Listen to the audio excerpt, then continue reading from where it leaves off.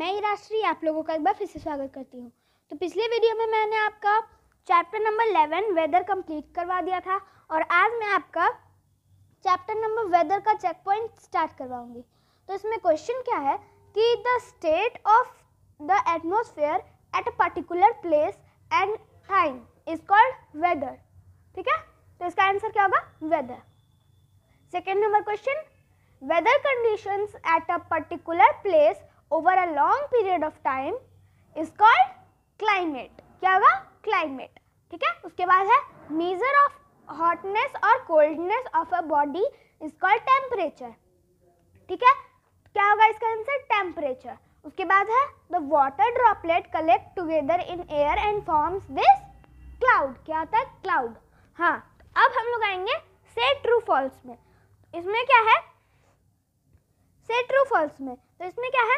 The weather changes from day to day, तो इसका होगा true.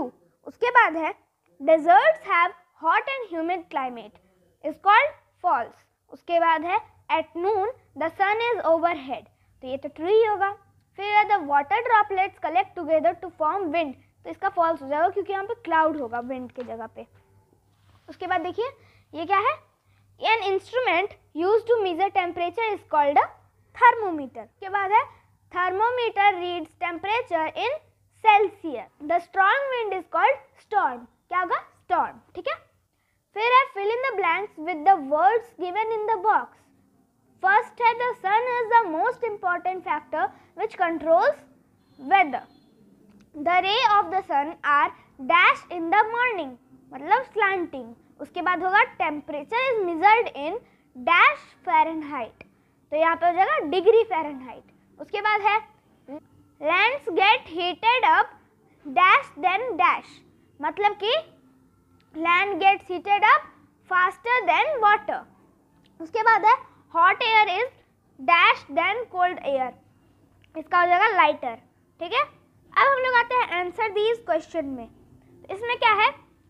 Y are noons hotter than evening, मतलब कि नून इवनिंग से हॉटर क्यों होता है? इसका आंसर हो जाएगा कि noons are hotter than evening because at noon the sun is overhead and the rays of the sun falls directly on the earth making it very hot, but in morning and evening the sun rays fall slanting on the earth which spread heat over a large area. मैं फिर से repeat कर देती हूँ। Noons are hotter than evening because at noon the sun is overhead and the rays of the sun falls directly on the earth, making it very hot. But in mornings and evenings the sun rays fall slanting on the earth, which spread heat over a large area. अब मैं second पे आती हूँ। Differentiate between weather and climate, weather और climate के बीच में differentiate करो। Weather is the state of the atmosphere at a particular place and time, which may changes from day to day, whereas climate is the weather condition of a place over a long period of time. ठीक है, उसके बाद है, मैं फिर से repeat कर देती हूँ। Weather is the state of the atmosphere at a particular place and time, which may changes from day to day, whereas climate is the weather condition of a place over a long period of time. ठीक है। 3. Why are villages often cooler than towns and cities? Answer क्या होगा इसका? Villages are often cooler than towns and cities because there are less pollution and less population in the villages. There are many plants and trees which give out oxygen and make the surroundings fresh. मैं फिर से repeat कर देती हूँ। Villages are often cooler than towns and cities because there is less pollution and less population in the villages. There are many plants and trees which give out oxygen and make the surroundings fresh. अब हम लोग आते हैं 4 number question में। Explain the role of the sun in weather change.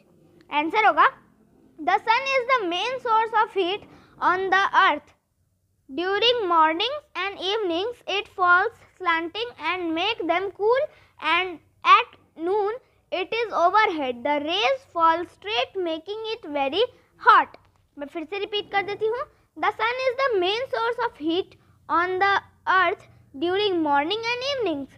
It falls slanting and make them cool, and at noon it is overhead. The rays fall straight making it very hot. अब हम लोग आते हैं hot question पे. ठीक है, hot question पे यहाँ पे है hot air balloon rises up in the air. Why? तो इसका आंसर हो जाएगा hot air balloon rises up in the air because air expands on heating. It becomes lighter and rises up. मतलब hot air balloons rises up in the air because air expands on heating. It becomes lighter and rises up. उसके बाद second क्या है? Why is weather forecasting important to us? Weather forecasting is important for us because it tells us how hot or cold the day will be. We can prepare ourselves according to that. मैं फिर से repeat कर देती हूँ. Weather forecasting is important for us because it tells us how hot or cold the day will be. We can prepare ourselves according to that. आज के लिए बस इतना ही. मिलती हूँ नेक्स्ट वीडियो में मैथ्स के चैप्टर 11 के साथ. तब तक के लिए बाय बाय.